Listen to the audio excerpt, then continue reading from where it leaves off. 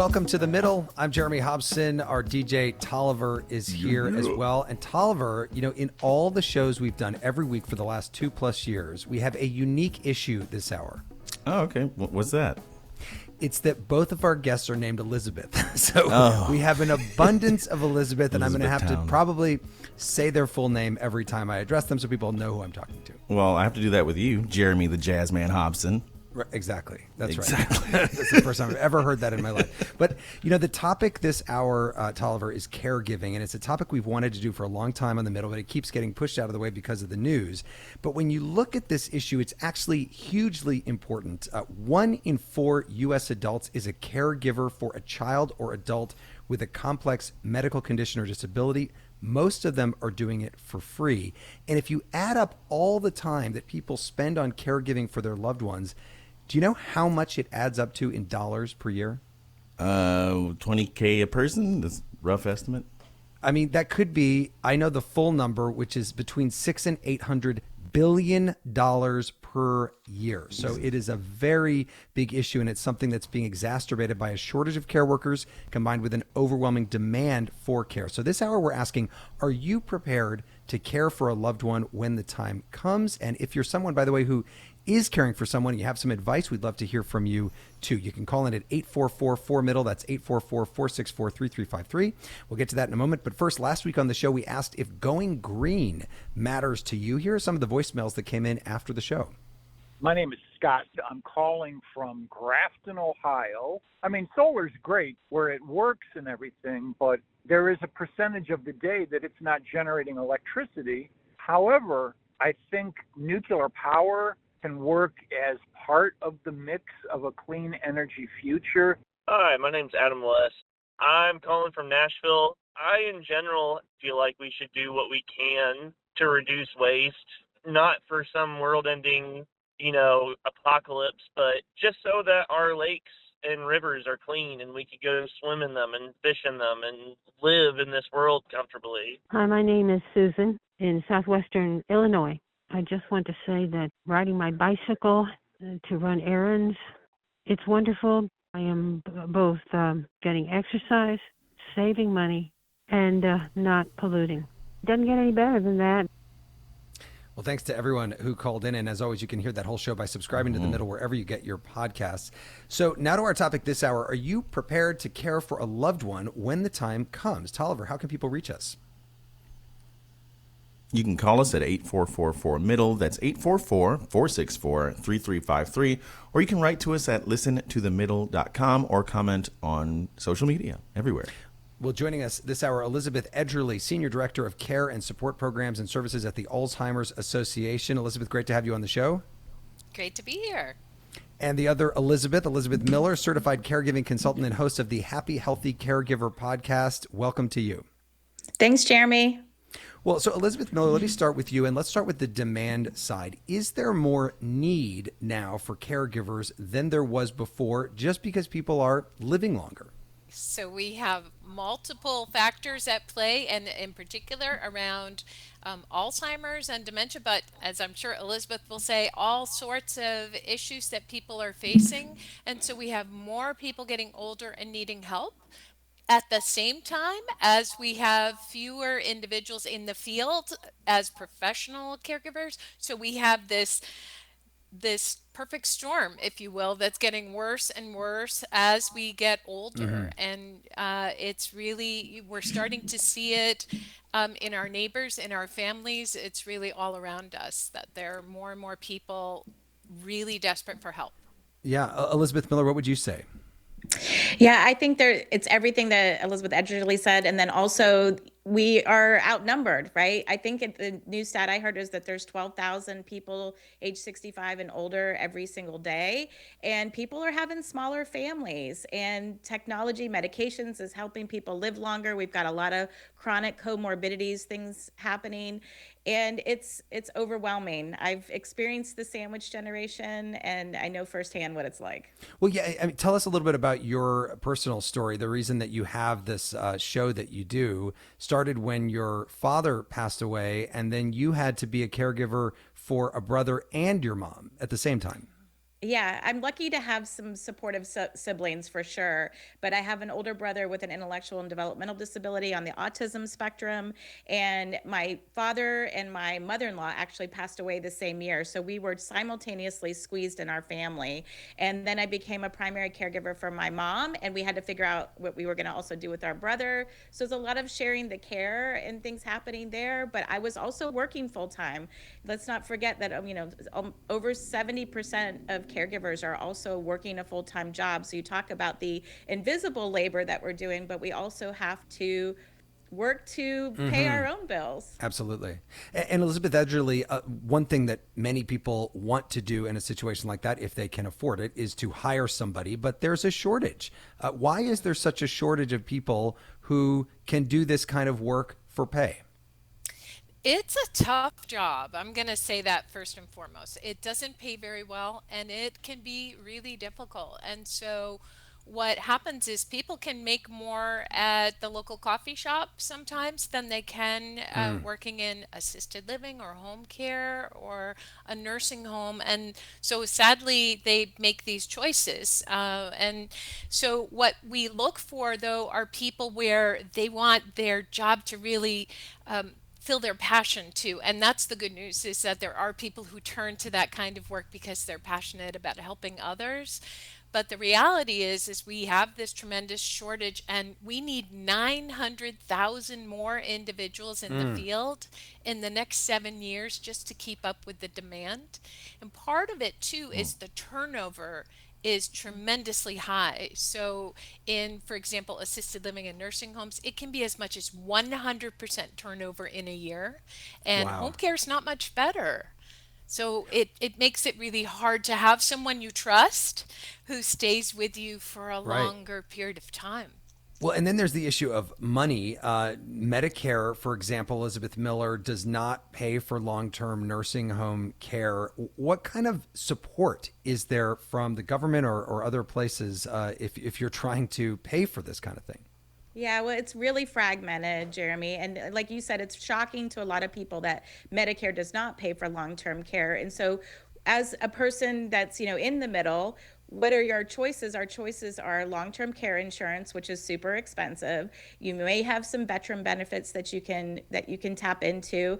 There's an arduous process for Medicaid, and every state has a different Medicaid process and a different long waiting list. Some states do have some caregiver benefits where you could potentially be a paid family caregiver, but those are far and few between, and there's a lot of paperwork involved in that. So, adding yet one more thing for the family caregiver to do to figure it all out. The other thing I'm wondering about, I'll go to you, Elizabeth Edgerly, on this first, is how difficult is it to shift your perspective when you are the family caregiver and treat your loved one as a patient rather than a family member or a partner? Yeah, that's a great question, Jeremy. And it is hard. It's very difficult to separate. I was a caregiver for my mother who had Lewy body dementia. And there were times I have to confess where I know better than to do some of the things that I did. And yet, because she was my mom and I had a whole lifetime of how she and I interacted, I would hear myself saying something that in my professional world I would strongly discourage people from saying. So I think trying to stop, take a breath, and pause and be objective sometimes in a moment can be really helpful. Not easy, but helpful. And I do think training for caregivers and education and really trying to learn as much as you can from others who've gone through it is very helpful. And ideally before it happens, because Right.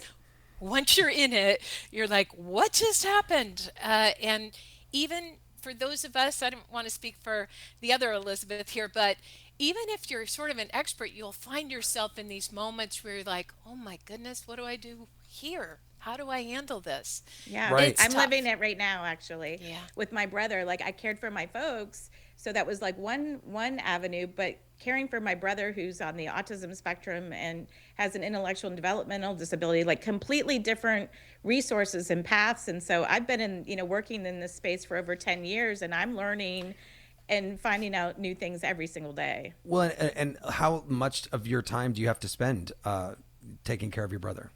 That is a great question. And, I started tracking it because I think it's important that we make this invisible labor more visible. And so since May, I have been tracking my hours that I've been spending with my brother. And keep in mind, I'm an entrepreneur, so I don't have the paid time off and the things that I had Right. back when I was working my corporate job with my folks. So it ends up being 20 hours or 20 to 25 hours a month, which you think is like, that's half of a work week that potentially I'm spending caregiving. And he doesn't live with me. He currently lives in a community about an hour from me, but I'm still his person that takes him to his appointments and does things. So imagine somebody that has somebody living with them that has more demand on them, and they're still raising kids and trying to juggle a job. Yeah.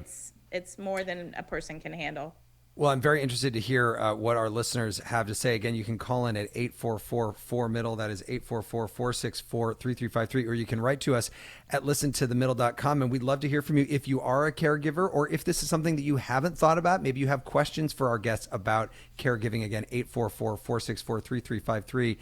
Tolliver, there has been some effort recently in Washington, D.C. to deal with this so-called caregiver crisis. Yeah, that's right. It was actually included as part of President Biden's Build Back Better spending plan. Here he was back in 2020.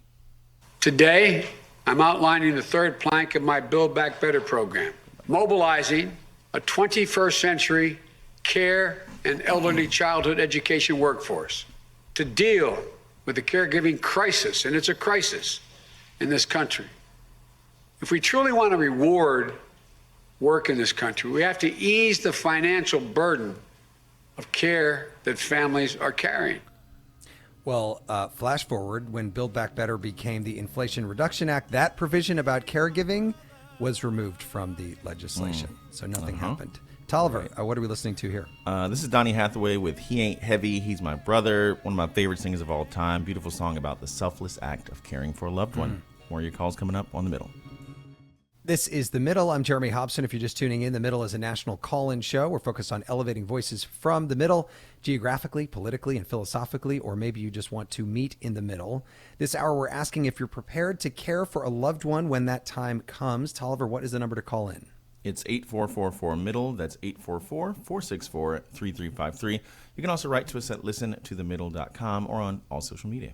I'm joined by Elizabeth Miller, host of the Happy Healthy Caregiver podcast, and Elizabeth Edgerly at the Alzheimer's Association. The phone lines are lighting up, so I'm going to go to Chris, who is calling in from Philadelphia, Pennsylvania. Chris, tell us, are you caring for a loved one, or are you prepared for this? Well, I am both. I was both not prepared, and I am still caring for my father. So this was sort of thrust upon me with an emergency situation where my father was in another state. He was in Massachusetts. I live in Pennsylvania. Had no documents prepared for himself, and ended up in the emergency room in 2019 in Massachusetts. We navigated his finances, his medical care, his legal documents, and then COVID hit in March of 2020, the day after I had him sign a will. And so we navigated Medicaid in 2 different states and moving him from one place to another in Massachusetts and in Pennsylvania to our home, which is a very old structure. What would you say, Chris, is the person. lesson that you learned through all of that? Is there some piece of advice you would pass on to our listeners about something you learned in dealing with your father? I would say if you are an older person, get your house in order. Have your legal documentation ready. Have conversations with your family. I had 3 young children at home. I was still working during COVID in a very stressful job. And as a woman, it fell on me and me alone. I think know who your supports are in your state because it is not the same in every state. Yeah, interesting. So know who your corporation for aging is. Yeah. Be in touch with ombudspeople in your state. And know how to navigate those systems because in so many ways you are alone. Yeah. Well, thank you for that call, Chris. I appreciate it. And Elizabeth Edgerly, one of the things that she said there was to the people who may be cared for, make sure you get your house in order and make it a little easier on the people who are going to care for you. I love that suggestion. And it makes a huge difference knowing what someone wants for themselves, especially if and when they lose capacity to make those decisions, and you're the one who's trying to do it. But handling legal issues and all of those things, just listening to Chris, it's so hard. And you're right, they're different in every state. So what might work in Pennsylvania may have nothing to do with Massachusetts. And so it's like you have to become an expert. So reaching out for help is really, really important. You should not try doing this all by yourself. Let's go to George, who's calling in from Naperville, Illinois. Hi, George. Go ahead. Welcome to the middle. Yes, thank you for having me. I'm very excited. I was listening to the podcast on the radio, and I wanted to share my story, one, because Christmas is coming, and also to honor my wife's legacy. So I was my wife's caretaker for the 10 years that when she was diagnosed with colon cancer. She fought through this terrible disease. I wasn't prepared to be her caregiver because I would never expect this to happen to my wife, because she was a very healthy person, and unfortunately this diagnosis pretty much changed our lives. So through the years that she was struggling with this disease, I was helping her with all the medical, like the appointments, surgeries, and everything. So this was probably one of the most difficult things to go through for us, but I was there for her during this time. So I really wanted to share this, this story over the radio. Thank you, George, for that. Let me just ask you one question. Were you able to, for example, continue working while you were doing that? No. So at that time, I had to make a lot of drastic changes. So, I at first, I had a full-time job, and so I tried to, to work the hours, but it was becoming, increasingly more grueling because it was an 8 to 5 job. So I had to just come back home on many occasions, and then there was all these appointments. So it was really a burden for me, so, and then taking care of my son as well. Yeah. Well, thank you very much for that call, George. And Elizabeth Miller, a couple things there. But I mean, what do you say to people about whether they should continue to work when they feel that they need to be with their loved one who's going through, cancer or whatever else? Yeah, I mean, I think, they need a lot of validation, first of all, and you make the best decisions with the information that you have at the time. But I do think sometimes our gut reaction can be to jump ship off of employment, but also I think we have a responsibility to think also down the road about what that's doing for our own financial future. I know in our case, for my husband and I, we did not want to put our kids in a tough situation financially, and we're in the peak of our career earning years, so you have to really weigh a lot of different factors, and there's not a one size solution for all. But I think the point that here is that this isn't just a family issue, this is an employer issue as well, because it's hopefully they're seeing that they want to keep their valued employees. I know in my case, when I was working my corporate job, I was lucky that I had some options that I could, there is FMLA, sometimes paid or unpaid leave that you can look at depending on the size of your company. And so there's sometimes our options. I think you could potentially go part-time. Maybe for me, I had to adjust my job where I was doing a lot of traveling and that wasn't working for me, but I could work within my company to find a different position where I could be home, and have more flexibility. So I think it's a conversation that I want to encourage people to have with their employer first and look at everything with their family. And if you can do it, then certainly make that choice, but it is not one that a lot of families are able to make. Well, and it's probably not one where in every case the employer is willing to be cooperative and helpful. Right. Let's go to Mimi, who's calling from outside Houston, Texas. Hi, Mimi. Go ahead with your thoughts on this. Yes, hello. I'm calling regarding caregiving of small children. Right now, I'm taking care of my husband who has Alzheimer's. I'm also the former caregiver of a type 1 diabetic who was diagnosed at about 11 months old and was fully breastfed at that time. And I wish to acknowledge that these people who take care of the little ones, the very, very small ones, at type 1 diabetics especially, it's very, very difficult. Even More compared to difficult taking taking care of somebody with Alzheimer's, you're saying? Yes, yes. It's for a very little one. Now, I think maybe perhaps today it's easier because they might have. I don't know if they can give them pumps today, but back when my child was small, we could not. And his twin had a very, very rare form of leukemia with a bone marrow transplant, was a Make-A-Wish child, etc.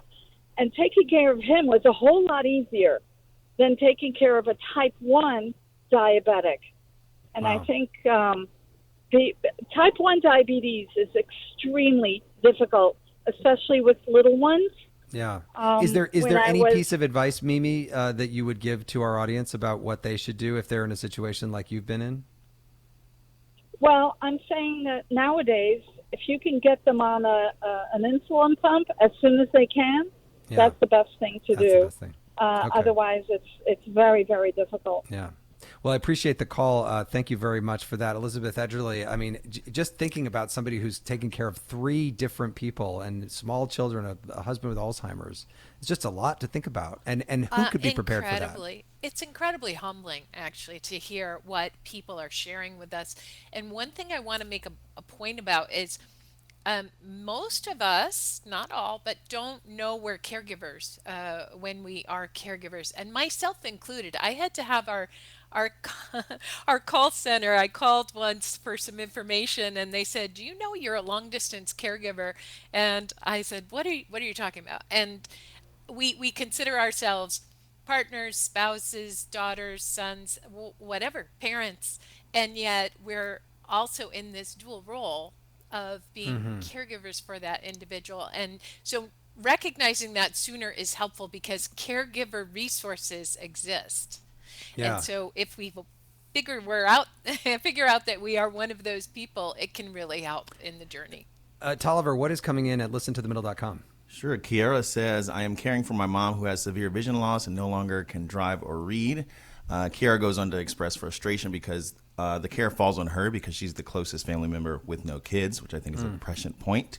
John, listening from NHPR, says, hi, I'm a nurse practitioner in New Hampshire and specialize in providing home-based primary care to the elderly. Making the transition from home to long-term care is very difficult, and the Medicaid process takes many months, sometimes a year or more. Then he goes on to say that sometimes it's almost better if somebody has a medical emergency because then they can get better long-term care.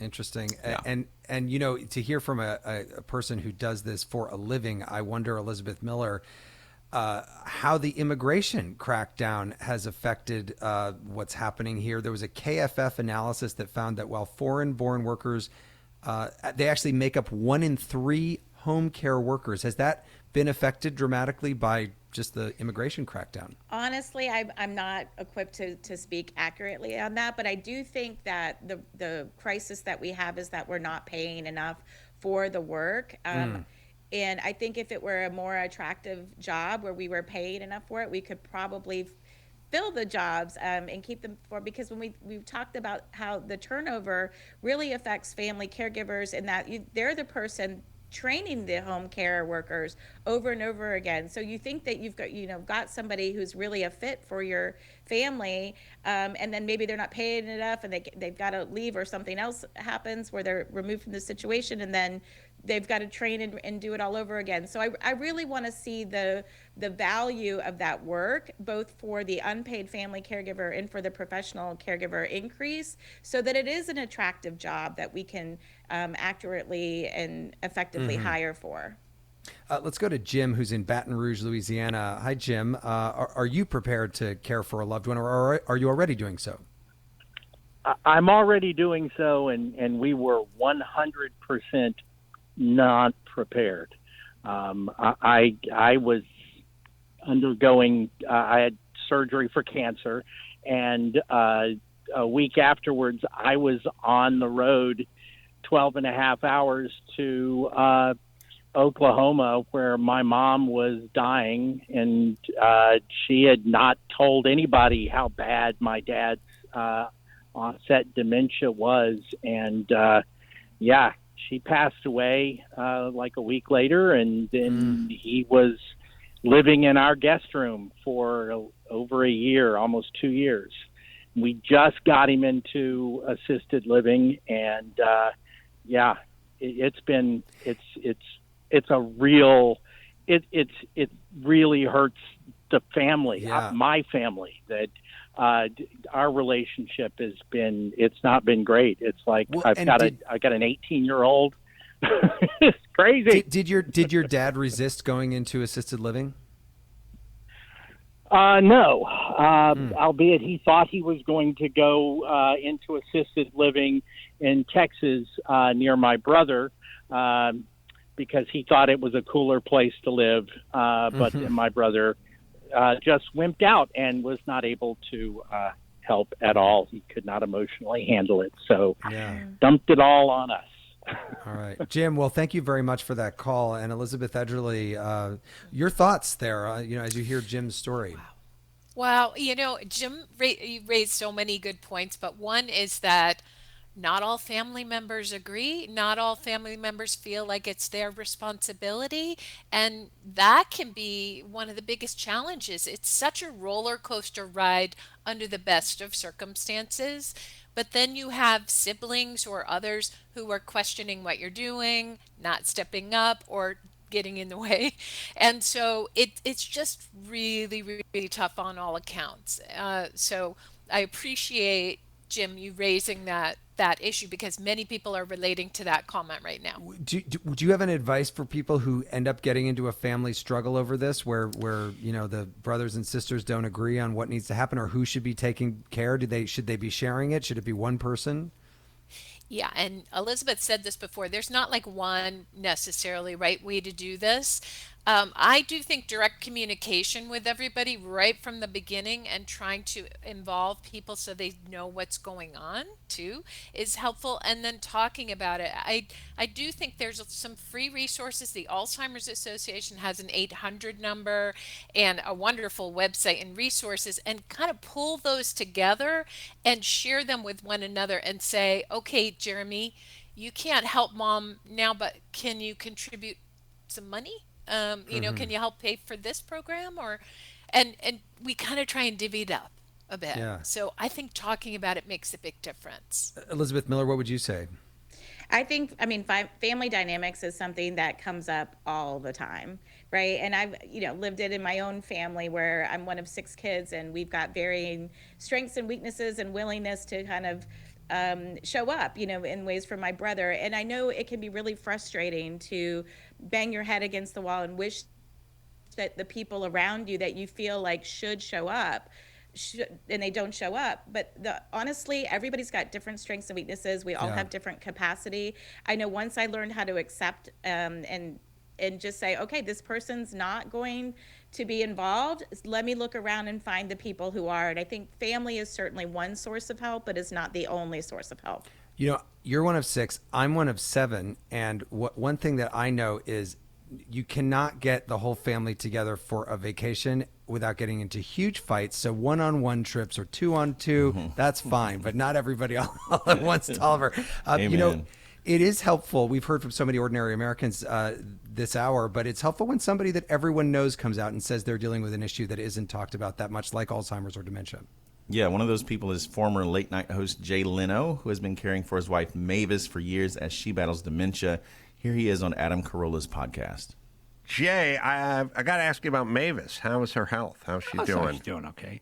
It's okay. It's anybody that deals with Alzheimer's or dementia kind of knows what this is. She's not in any pain. You try to find the humor in the situation, but she's not walking. And how's that sitting with you? I mean, are you okay? Is it? She's always been fiercely independent. And I like the fact that she needs me. Wow. Tolliver, as we go to break here, a familiar song.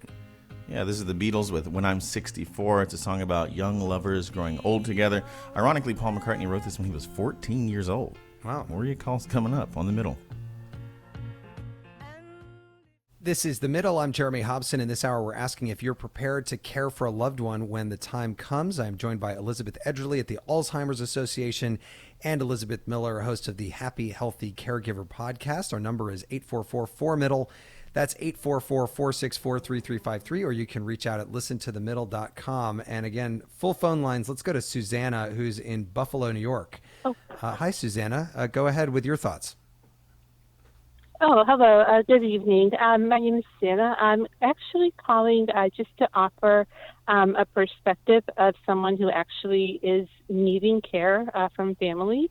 I am someone that has been a disabled individual due to a muscle disease, and I've been in a wheelchair since I was a child. And now that I'm, in my mid-30s, I've had my family, adjust their lives trying to help me. My parents have had to take a part-time job, and then my siblings have had to work around their careers as well, taking work-from-home positions just so that way they would be able to assist me. I also, work from home myself as a full-time job, so it's also difficult for them to be able to be, I know it was mentioned, to be paid for services. This is mostly dependent on services like Medicaid. Since I do have a full-time job and I am employed, I don't meet the thresholds for, to qualify for Medicaid. So they are just having to, adjust their financial lives and their lives overall just to help, me live a viable life. What do you say to them? Well, I am grateful for their help. They are very they're attentive, to my needs, and they give up a lot, to help care for me, just like all caregivers do to help their loved ones. Sorry, my throat is breaking up a little, just because I do appreciate their support, after all these years, and just helping me, live as best I can and to, be a productive member of society and contribute meaningfully. So it's just, it's a lot of their time that they give, and that's very appreciative. I don't think I'd ever be able to pay them back for that. Yeah. Susanna, I so appreciate your call. Thank you so much for calling in and bringing that perspective. Yeah, thank you so much. It was great talking to you. You too. Elizabeth Miller, very nice to have that perspective of somebody who is being cared for. I think, what I loved about what Susanna was sharing is that it was clear that there's a care partnership there, that they're working together. And I honestly love the term care partner more than I love the word caregiver, but it's already hard enough for us to identify as a caregiver. But I think that is a visual of it's a partnership. And when you're looking at your care team of who's showing up to help, you also have to look at your care recipient as a member of that care team, because part of our purpose as a family caregiver is to help that person be as independent for as long as possible, because that is going to be best for their happiness and their health as well, which is going to in turn be happy and healthy for the family caregiver. So the care partnership is golden. Important. Let's get to Jenny in Kansas City, Missouri. Hi, Jenny. What about you? Are you prepared to care for a loved one? Are you caregiving right now? I'm caring for my 20-year-old son. He has autism, and so it's just difficult to navigate everything, and costs for things like I really needed to have gotten guardianship of him once he turned 18. So there are certain things that I can do, but then there's certain things I can't because I don't have legal guardianship. But the guardianship paperwork would have cost me about $5,000. and that's more than I bring home in a month. Yeah. It's just difficult, and that's actually a lower cost than what others have paid for the paperwork, but it makes it so I have to try to get his permission for things that so I'm still sort of his parent the way I was when he was under 18, but then struggling with what I can legally and can't legally do. Yeah, and he is not always giving you his permission. Is that the inference there? Is that sometimes it's a battle between the two of you to be able to do the things that you feel are necessary? It's a battle because he's probably functionally mid-teens, so probably somewhere between 12 to 14.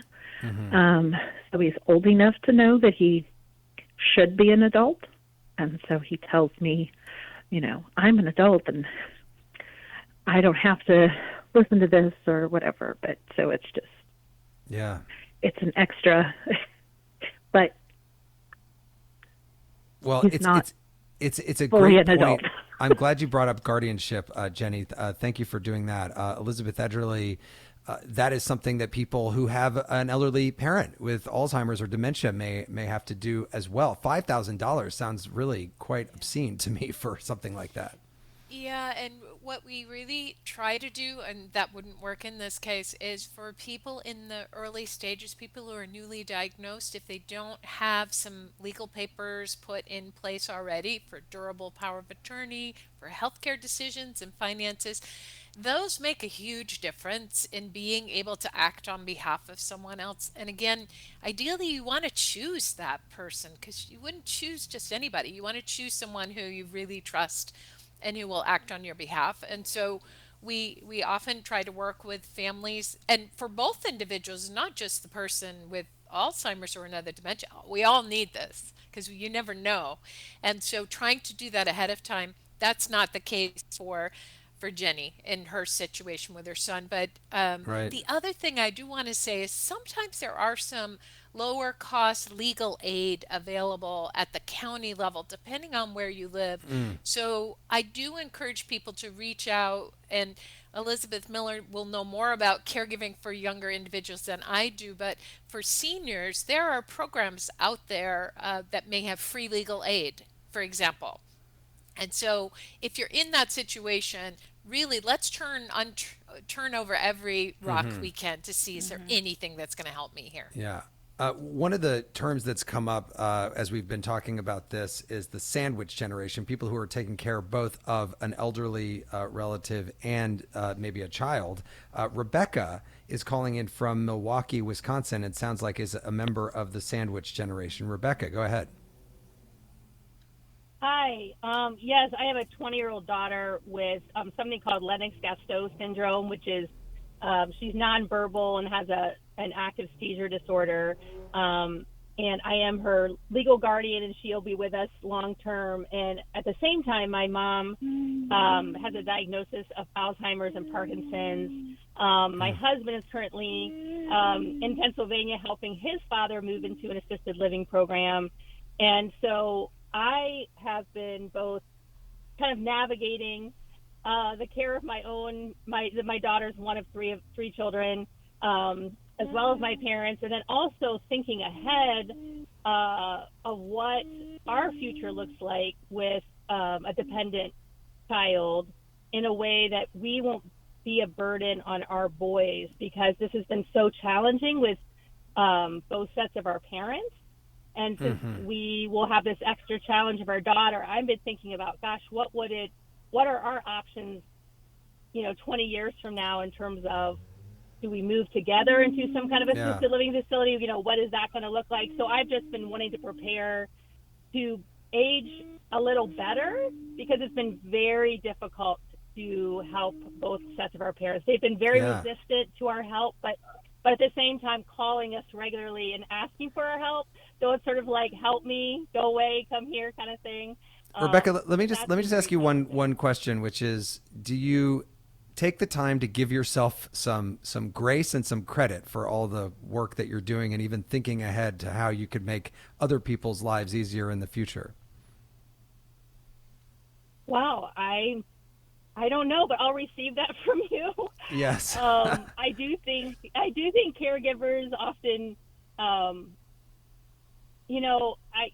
do think sometimes we forget that we're pouring out a lot on a regular basis, and so it is very affirming to be reminded of that.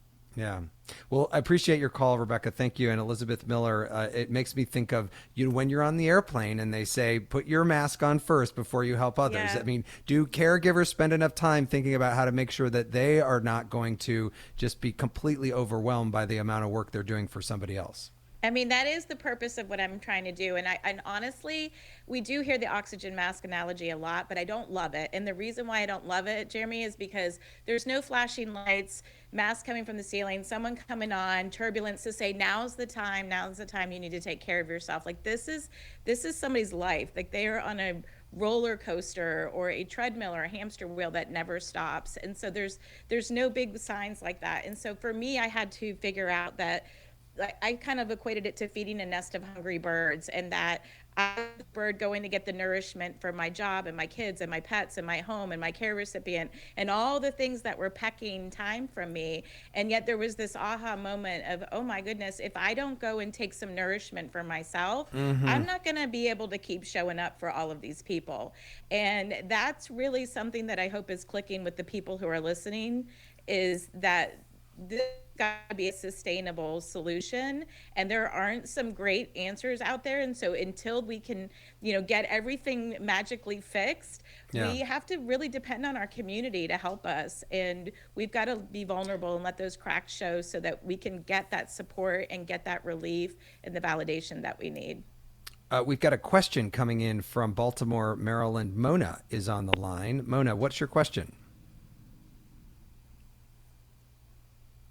Mona? Oh, maybe Mona. Back. Oh, there she is. Okay, Hello? yeah, Mona, go ahead with your question. Hi. So I'm still living with my parents, and thank God they're still, healthy and have their mind. But I'm wondering, what are some ways I can start bringing up this conversation of we got to get your stuff together before I do move out or go study abroad, and what are also some things we as a family can start putting together to get ourselves ready, God forbid, if there was to be a situation in which we have to start delegating care and step into that caregiver role, essentially. Yeah. Mona, let me just ask you one question. How old are you?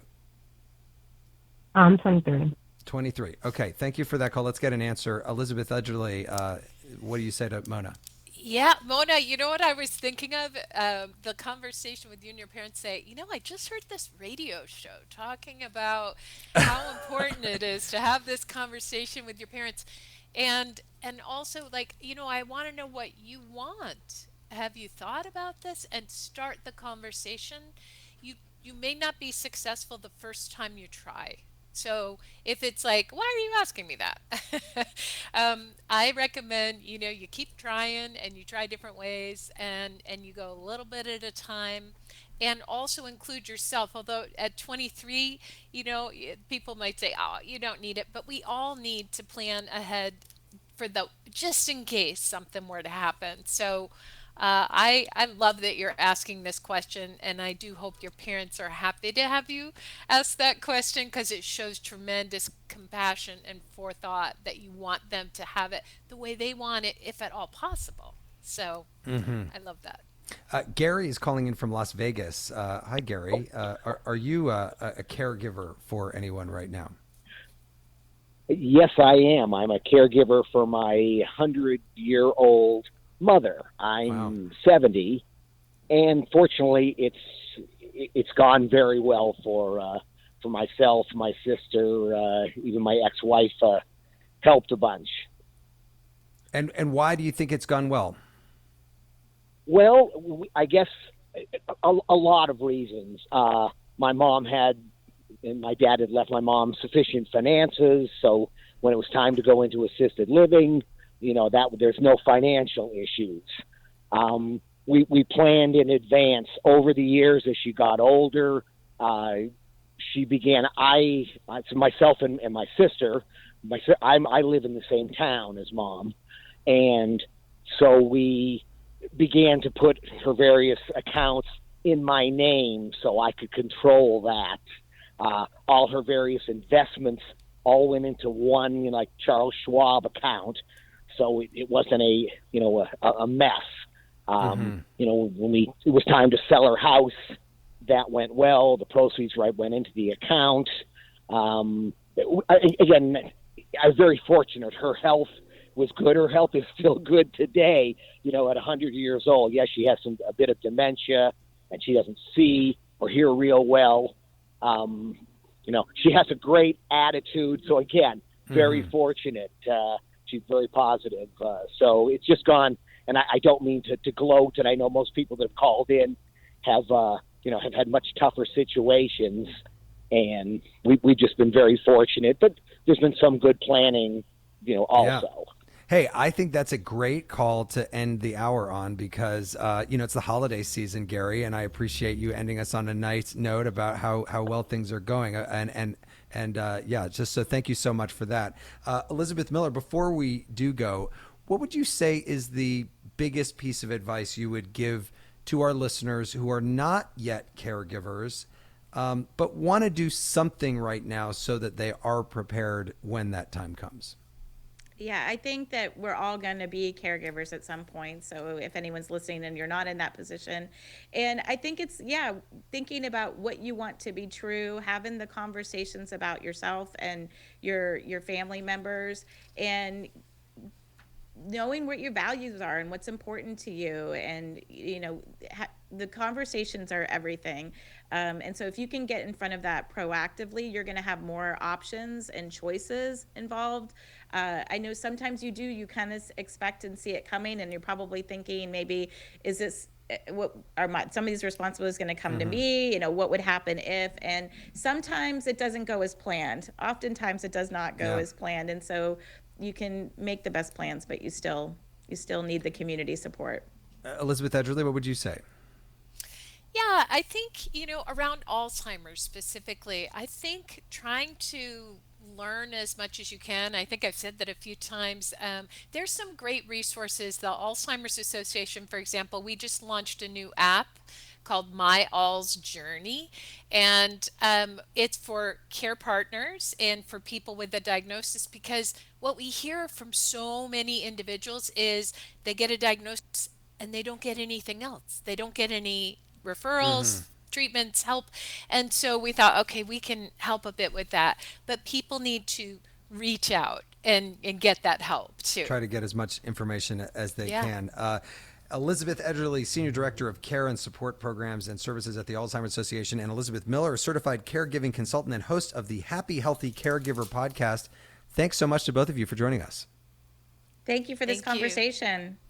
And you can continue this conversation by calling us or emailing us anytime, Tolliver. Yeah, our number is 8444-MIDDLE. That's 844-464-3353. Or you can go to listentothemiddle.com to subscribe to our free weekly newsletter, which is now on Substack. And by the way, we can see what people click on the Substack newsletter. And Tolliver, I'm happy to tell you that your Tolliver's Tidbits links are some of the most popular things on there. So thank you for that. People can check it out. My head's getting bigger and bigger, man. The Middle is brought to you by Long Neck Media, distributed by Illinois Public Media in Urbana, Illinois, and produced by Harrison Patino, Danny Alexander, Sam Burmistaz, John Barth, Annika Deschler, and Brandon Kondritz. Our technical director is Steve Mork.